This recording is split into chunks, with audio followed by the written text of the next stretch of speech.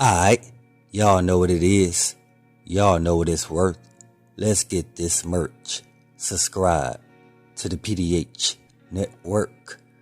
Alright, y'all see what's going on here. As y'all see the thumbnail, y'all read the title under the thumbnail. Yeah, this is still dealing with your boy Boosie and Duke the Jeweler untimely demise. Now check this out, man. A lot of people understand and know that yes, Duke the Jeweler was sent up based around the jewelry that he had on and based around the money that he had in the Louis bag. This is another point that some people don't even know. As y'all see the thumbnail, y'all read the title. That Duke the Jeweler girlfriend exposed Boosie shooters to being part of the play on the $1 million jewelry pieces. Something that people was not aware of, that when they seen Duke the Jeweler wearing all that jewelry that first day that he was at that dice game, because he knew he was going to be around other people with money. So that was a promotion. That was an advertisement. That was self-promotion, okay? He was letting other people in Houston know that there's an up-and-coming jeweler that when y'all come to Chicago, that, you know what I'm saying, y'all can come out there, he can customize y'all some pieces. That's the reason why even Boosie was saying that he told him, hey man, I want you to make a piece for me, because Duke was wearing all that jewelry, that $1 million worth of jewelry. That was a promotion. Again, that was advertisement. He was not just doing it just to be doing it. And the people out there know that when Duke was out there in H-Town, he was not wearing all that jewelry every day. You understand what I'm saying? One day he would wear the piece with the Tasmanian. The next day he would wear the piece with his jewelry business logo on there. Come on, man. And like I said, check this out, man. Some people don't even know that he had bought more jewelry into H-Town, but it was in his hotel room. And this is something that Duke the Jeweler girlfriend knows that Boosie and his associates know as well. Because when Duke the Jeweler and his girlfriend arrived in H-Town, they was being chauffeured from Boosie and Boosie associates. And not only that, Duke the Jeweler allowed Boosie and his homeboys to check out the other jewelry that he had bought with him that he was not wearing on his neck. Because the jewelry that he had bought with him, he was actually supposed to show another jeweler in H-Town that he was supposed to be conducting the business deal with prior to his untimely demise. Before we get into it, let's pay our respects and say rest in peace to Duke the Jeweler. Condolences to the family. Much love to all my folks in Chicago. See, that's the reason why even the GDs in Chicago, his family, they want to know what happened to the jewelry. Not the jewelry that was around his neck based around his untimely demise, but the jewelry that was in the hotel room.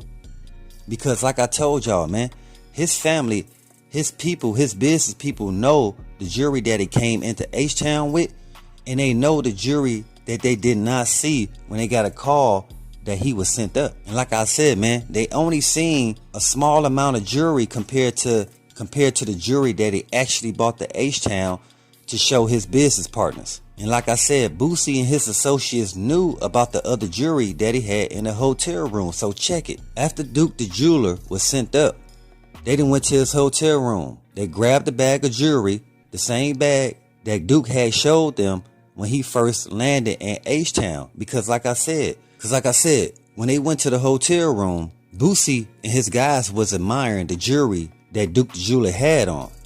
So he let them know that, yeah, he don't only have these chains on and ring and bracelets. He also has some other jewelry pieces that was in the luggage that was still in the hotel room. That's when Duke the Jeweler invited Boosie and his homeboys into his hotel room to check out the other jewelry pieces that he bought into H-Town from Chicago. So again, not knowing that these guys was gonna have their eye on his jewelry, you know what I'm saying, he probably wouldn't have showed them. But again, he was showing them based on promotion. He was showing them, let them know, like, yeah, I can customize you some, or let your homeboys know, like, you know what I'm saying, you ain't got to mess with them other guys you've been messing with, like, come to a black-owned jeweler. See, then they end up going to the dice game. See, at the dice game, you know, you had the same thing. You had some guys in there with money, and you had some of their homeboys who don't have the money like they main guy, who was admiring the jewelry that Duke the Jeweler had on. So again, a lot of questions was asked, like, who is this guy who made your jewelry? So not only did he had the money to make it, he customized it himself. So Duke the Jeweler was letting all those guys in the dice game know that, hey man, if y'all want any pieces You know what I'm saying? Let me know. And while he was letting them know that he could customize them some jewelry pieces, one of Boosie homeboys stated that, yeah, he got more jewelry in his hotel room. He got more jewelry he just showed us. He got a whole bag of jewelry. You know what I'm saying? And Duke had to play it off like, yeah, but he had to let him know that it wasn't for him. He bought that jewelry to, like I said, show his other business partners that he was coming out to Houston to do a business deal with. Because like I keep informing you guys, Duke the Jeweler did not come to H-Town just to go to Boosie concert and to be around rappers and all their functions. He primarily went to H-Town to conduct a business deal.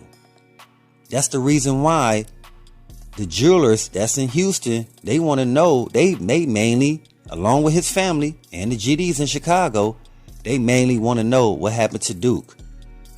Not only what happened to Duke, what happened to all the jewelry that he came to H-Town with, that we know, because they got it documented. You know what I'm saying? Of course, y'all got to understand, jewelry that's that pricey, they got it documented, what's took in, you know what I'm saying? How long it's going to perceive to be out there, like all that's documented. So like I'm saying, man, you had some people who had their eye on Duke the Jeweler starting from when he first came into H-Town. And then when he go to the dice game, that really basically put a target on him. And it wasn't him doing it. It was him trying to promote that he got a jewelry company, that him and his family has created a jewelry business. And he was trying to let the rappers know and they guys know, they family, hey, if you want some jewelry customized, let me know. I can get it done. He didn't know that in that was going to be some guys that had envy and jealousy and was full of greed. You know what I'm saying? Because it's messed up that, like I said, we only get a few. Y'all can't name too many other black-owned jewelry businesses that's out there, or black-owned jewelers that's out there, period, man. And like I said, when you get one this young that was about to bring on other young black jewelers, or should I say other young talents that can get into the jewelry business, man, what do? They end up sending the man up and grabbing his jewelry. So again, this video is based on Duke the Jeweler girlfriend. She exposed Boosie shooters. And the reason why, because she know that Duke only showed Boosie and his homeboys the jewelry that was in his hotel room. Didn't nobody else know. So again, based around when Duke the Jeweler was sent up that night, all they did was grab the hotel room key and walk right into the hotel, grab the bag that he had showed them 2 days earlier, and go about their business. And we see that's what they did. That's the reason why Duke the Jeweler was sent up.